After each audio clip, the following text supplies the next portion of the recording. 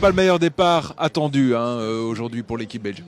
Non, c'est clair, c'était même un très mauvais départ, mais bon voilà, comme on le dit toujours, un championnat c'est particulier, il y a plein de choses qui peuvent se passer, même des choses extérieures, et c'est un peu ce qui s'est passé de nouveau aujourd'hui.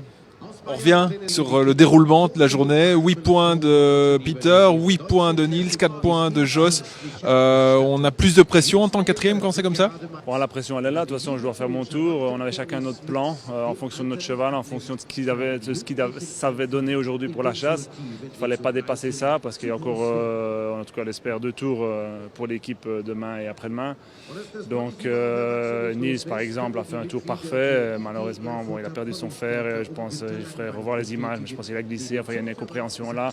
Il peut le refaire, même chose 10 fois, et ça passera. Il faisait le tour idéal. Il n'était pas très lent. Il était 72, 73. Bon, il ne pouvait pas aller plus vite avec son cheval aujourd'hui. C'était parfait pour demain. Voilà, il a glissé. Bon, ça s'est pas du tout bien passé. Peter, son cheval a fait 2 fautes un peu d'inattention. Lui, il a très bien monté aussi son tour.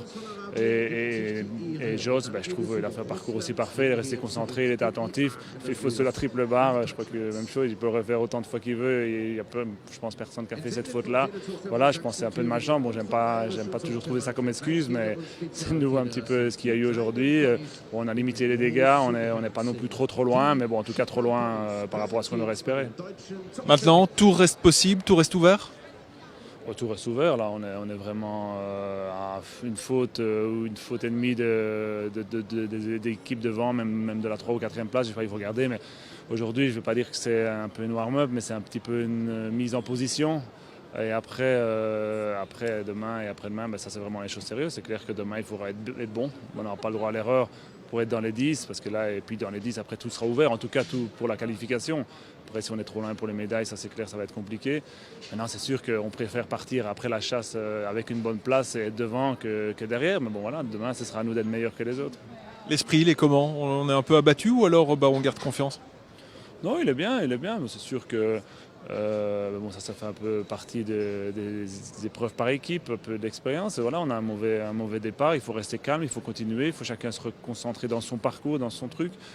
Et je pense en tout cas c'est ce que Niels avait bien fait après Peter et puis aussi Joss et puis je pense moi aussi, mais c'est clair qu'on peut être aussi déstabilisé. C'est mieux quand tu démarres avec un bon tour, comme ça motive tout le monde, mais d'un autre côté c'est aussi une bonne chose parfois, comme ça justement ça oblige tout le monde à rester attentif et surtout demain ça va nous obliger à être vraiment présent et pas si tout avait été parfaitement aujourd'hui, penser que justement que ça allait être facile demain, et c'est parce que ça ne le sera pas.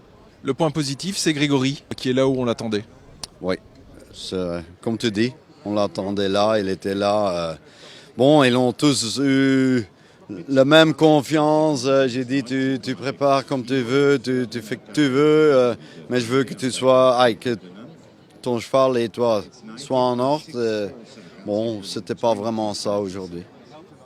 Demain est un autre jour, comme on dit? Évidemment, et bon, on va parler encore un peu.